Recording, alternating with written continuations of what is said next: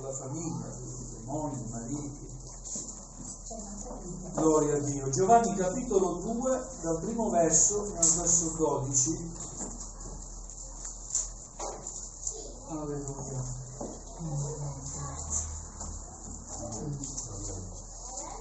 Se lo avete trovato inizio a leggere. Alleluia.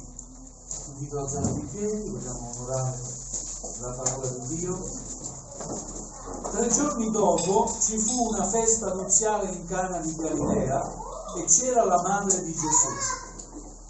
E Gesù pure fu invitato con i suoi discepoli alle nozze. Venuto a mancare il vino, la madre di Gesù gli disse: non hanno più vino. Gesù le disse: che c'è fra me e te, o donna? L'ora mia non è ancora venuta. Sua madre disse ai servitori: fate tutto quello che vi dirà. C'erano là 6 recipienti di pietra, del tipo adoperato per la purificazione dei giudei, i quali contenevano ciascuno 2 o 3 misure. Gesù disse loro: riempite d'acqua i recipienti. Ed essi li riempirono fino all'orlo. Poi disse loro: adesso attingete e portatene al maestro di tavola. Ed essi gliele portarono. Quando il maestro di tavola ebbe assaggiato l'acqua che era diventata vino, egli non ne conosceva la provenienza, ma la sapevano bene i servitori che avevano attinto l'acqua, chiamò lo sposo e gli disse: ognuno serve prima il vino buono, e quando si è bevuto abbondantemente il meno buono.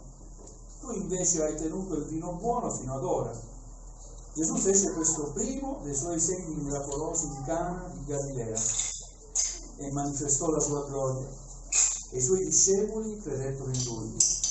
Dopo questo scese a Capernaum, egli con sua madre, con i suoi fratelli e i suoi discepoli, e rimasero là alcuni giorni. Amen. Qui la lettura della parola di Dio, potete accomodarvi. Si parla di una festa nuziale. Ci fu una festa nuziale in Cana di Galilea e fu invitata la madre di Gesù, fu invitato Gesù e furono invitati anche i discepoli di Gesù. E Gesù manifesta in questa occasione per la prima volta la sua gloria, fa il suo primo miracolo in un matrimonio. Alleluia, vedete come il Signore onora i matrimoni, onora le famiglie. Il Signore tiene alle famiglie. Dio benedico di famiglia. In queste nozze, in questa festa, si presenta un bisogno, un problema. All'improvviso manca il vino. E nonostante tutto sia stato pianificato, abbiamo pensato tutto, il vino finito. Questo ci fa riflettere come a volte pensiamo di avere tutto sotto controllo, no? Ma non è così. Perché qualcosa all'improvviso può sempre accadere. È così nella vita familiare, sapete? Non sempre la vita familiare è fatta rose e fiori. Gli imprevisti nella famiglia ci sono sempre. Mi ricordo quando ho sposato mia nipote, dicevo: vorrei poter dire non avete mai problemi, ma so che non sarà così. E mi voglio ripetere: cari Pascal e caro Chris, anche io vorrei dire a voi, non avete mai nessun problema, non so che non sarà così, avrete dei problemi, difficoltà capiteranno sempre. Ma la cosa importante, sapete qual è? Che Gesù ci ha invitato, sia l'invitato con onore nella vostra casa, perché quando verrà a mancare qualcosa sarà Lui che provvederà. In questo caso, in queste nozze è venuto a mancare il vino, e quando c'è una festa all'epoca si teneva tanto, il vino si beveva tanto, anche qua bevono tanto. Doveva essere una festa perfetta. Probabilmente la mamma di Gesù era molto amica di questa famiglia e si rivolge a Gesù, ma nel vino. Come dire, fa qualcosa? Gesù subito dà un grande insegnamento, vero? Chiama la propria mamma donna e dice: che c'è fra me e te, o donna? L'ora mia non è ancora avvenuta. Ma nonostante riceve questo insegnamento da Gesù, si rivolge ai seguaci: fate tutto quello che lui vi dirà. Comunque sapeva che lui avrebbe fatto qualcosa. Alleluia, non è per l'intervento di Maria, ma Gesù avrebbe fatto qualcosa. Comunque, perché desidera la nostra felicità, Signore. Sappiate questo, Cristo e Pasquale, Gesù desidera la nostra felicità. Vuole che siate felici, che possiate vivere il matrimonio nella felicità che solo Cristo sa dare, nella vera felicità. Gesù interviene, abbiamo visto, dice ai servitori: portate qua quei recipienti. C'erano dei recipienti messi lì, nessuno li adoperava, e gloria a Dio, li adopera il Signore. Le cose inutili diventano utili per il Signore. È meraviglioso. Le cose inutili diventano utili per il Signore. Non sottovalutate questo. Ma cosa c'è nella mia vita? Cosa c'è nella nostra vita? Non siamo chissà che, ma il Signore può usarsi ciascuno di noi. Sentiamoci sempre inutili, perché saremo utili per l'opera di Dio. Amen. Alleluia. E dice ai servitori: riempitegli acqua. I servitori sicuramente l'avranno preso per un foglio, però obbediscono. Non è importante l'obbedienza. Facciamo sempre quello che ci dice il Signore di fare. Non sempre è comprensibile, perché noi non riusciremo mai a comprendere appieno il piano di Dio per la nostra vita, ma dobbiamo fare quello che Lui ci dice di fare. Perché se siamo ubbidienti, allora vedremo la sua gloria. I servitori hanno riempito d'acqua questi recipienti e Gesù ha detto: portate, dove sta il maestro? Chissà con quale timore e terrore. Portiamo l'acqua, questo chiede il vino, che facciamo? Eppure arrivato là, il maestro del tavolo attinge vino, non acqua, perché il Signore aveva fatto un miracolo. L'acqua aveva cambiata in vino. Come può? Io non so spiegarlo, ma so solo che il Signore può fare ogni cosa. E se ha cambiato l'acqua in vino, può fare cose grandi nella nostra vita. Alleluia. Ma notiamo anche che chi assaggia il vino, il maestro di tavolo, chiama lo sposo, quasi rimproverandolo, no? Questo vino è troppo buono. Di solito il vino buono si dà all'inizio, no? In modo che quando sono un po' ubriaco la gente, poi ti può dare quello più scarso, invece tu lo dai adesso, quello buono, perché quello che fa il Signore è di gran pregio. Quello che fa il Signore è buono. Il Signore non sa fare cose non buone, Lui è perfetto in ogni cosa. Tutto ciò che fa è di qualità. E se il Signore benedice la tua vita, stai pure sicuro che sarà una vita di qualità. Una vita benedetta dal Signore. Il segreto del matrimonio è avere Gesù. Allora il matrimonio che Dio. Il ruolo del marito e della moglie è difficile. Fare il marito è difficile. Possiamo dire a me? Ma anche fare le mogli è difficile. Però il marito può rendere più facile il compito della moglie. E così la moglie può rendere più facile il compito del marito. Gloria a Dio. Ci vuole collaborazione, Amen. tolleranza, Amen. rispetto reciproco. E vogliamo leggere alcuni insegnamenti importanti che dalla parola di Dio proprio riguardo l'essere mogli e mariti. Alleluia. Efesini capitolo 5, dal versetto 22. Efesini capitolo 5, dal versetto 22, e l'Apostolo Paolo che scrive. Dice così: mogli, siate sottomessi ai vostri mariti come al Signore. Il marito infatti è capo della moglie, come anche Cristo è capo della Chiesa, lui che è il Salvatore del corpo. Amen? Il capo famiglia è il marito. Ma questo non vuol dire che il marito deve schiavizzare la moglie. Qua si fa riferimento al fatto che Cristo è capo della Chiesa. E Cristo non schiavizza la Chiesa. O no? Cristo è lo sposo, è figura dello sposo. La Chiesa è figura della sposa. Noi siamo benedetti dallo sposo. Noi siamo trattati bene dallo sposo. O no? Lui elargisce verso di noi che siamo la sua Chiesa ogni forma di attenzione.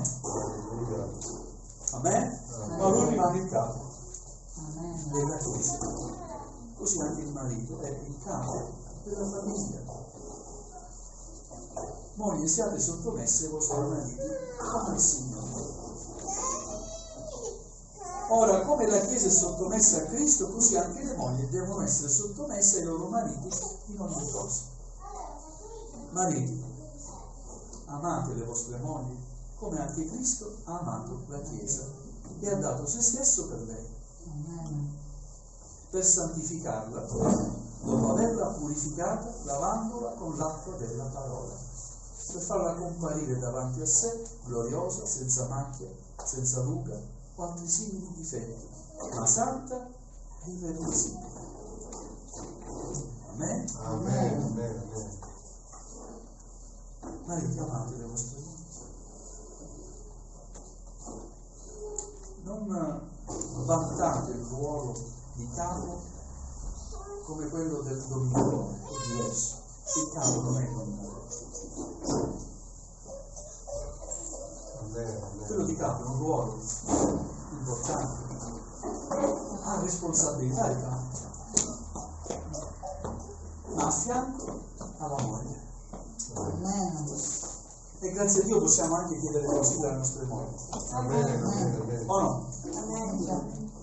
E tante volte vi dico una cosa, sono anche più saggi dei mariti.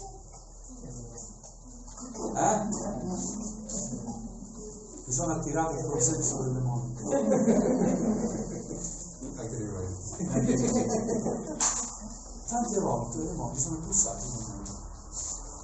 Ascoltiamo, impariamo ad ascoltare. Ma soprattutto impariamo ad ascoltare il consigliere supremo. Amen.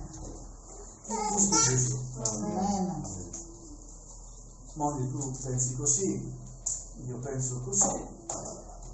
Vediamo cosa ne pensa il nostro consigliere ammirabile. Alleluia. Ci si inginocchia.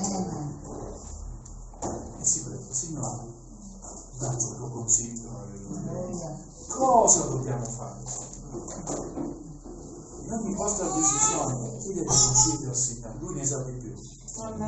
Lui vede di più. Amen. Alleluia. Gloria al Signore. Allo stesso modo anche i mariti devono amare le loro mogli come la loro propria persona. Chi ama sua moglie ama se stesso. Nessuno odia la propria persona, anzi la nutre e la cura teneramente, come anche Cristo fa per la Chiesa, poiché siamo membra del suo corpo. Poi è scritto al versetto 31: perciò l'uomo lascerà suo padre e sua madre e si unirà a sua moglie e i due diverranno una carne sola. Anche questo concetto è importante. La propria famiglia di origine si lascia, non la si abbandona però. Mamma e papà ci sono sempre, i genitori, quelli sono, ma ognuno poi si crea una propria famiglia. Amen. Sapete perché dico questo? Perché a volte i genitori esterni sono causa di rovina nel matrimonio, perché si intromettono in una vita che invece deve essere unica. Se dobbiamo fare intromettere qualcuno, facciamo intromettere il Signore. Il giusto giudice, l'arbitro. Rispettiamo i nostri genitori, ma mi capite ciò che voglio dire? Vi dico questo perché succede così. I ruoli non vengono rispettati. Il marito non sa fare il marito, la moglie non sa fare il marito, la moglie, mamma, papà, devono intervenire mamma e papà, non devono più intervenire mamma e papà. Ci si è sposati, come si è grandi, no? Bisogna camminare con le proprie donne, sapendo che al di sopra di tutto c'è il Signore accanto a noi. A tavola nostra, quando mangiamo, oltre a me e mia moglie, c'è anche Gesù che è l'invitato d'onore, l'ospite d'onore. E poi si impara, strada facendo, a fare il marito, a fare la moglie. Poi vengono i figli, che Dio benedica. Questa famiglia, come? Noi dacci tanti figli. Ogni figlio è una benedizione. Quello che il Signore vorrà dare. Amen. Alleluia. Si impara anche a fare il papà e la mamma. Nessuno ha fatto la scuola di papà e di mamma. È vero? Dobbiamo imparare a fare il papà e la mamma. Io ho fatto tanti errori da papà, da marito, però poi ho capito, si impara anche a trattare con i nostri figli. Ma in ogni rapporto ci deve essere sempre alla base l'amore di Dio. Questo è importante. Ogni rapporto deve essere condizionato, controllato dall'amore di Dio, dal controllo di se stessi. Dobbiamo saperci anche controllare, perché altrimenti va tutto sulla vita. Si sfascia tutto. E quando tutto si sfascia, noi non possiamo ricostruire la casa. Si sfascia e basta. Alleluia. Dio ci dia grazie di mettere in pratica la parola di Dio. Vedete, la parola di Dio ha santi insegnamenti. Perché? Ci sono anche insegnamenti per i figli, per i genitori. Padre, non inasprite i vostri figli, c'è anche questi insegnamenti. E volte siamo troppo duri con questa cosa, no? Ascoltiamoli, impariamo anche ad ascoltare. L'insegnamento ci deve essere la permesso, però Dio ci dia grazia di essere anche saggi. E la saggezza non la si acquisisce in una scuola, è Dio che dà saggezza. Amen. Gloria al Signore. Questo mistero è grande. Dico questo riguardo a Cristo e alla Chiesa. È un mistero. Questo è un rapporto tra Cristo e la Chiesa, tra lo sposo e la sposa spirituale.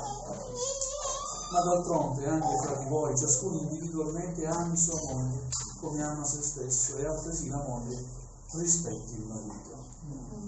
Amen. Alleluia. Io spero che questi insegnamenti siano sempre presenti nella vostra vita, nel vostro cuore. Ci saranno incomprensioni, anche quelle ci saranno, però devono passare. Deve passare anche l'incomprensione, non capirsi. Certamente, a volte anche la moglie non si capisce, il marito è vero. Ma di sopra di tutto abbiamo uno che ci capisce. Il Signore ci capisce. E se ti ha dato il tuo marito, c'è un motivo. Se ti ha dato tua moglie, c'è un motivo. Non puoi dire, Signore, che mi hai dato? Colpa tua, Signore. No, è una cosa. Amen? Amen. Alleluia. Gloria a Dio. Vogliamo chinare il nostro capo.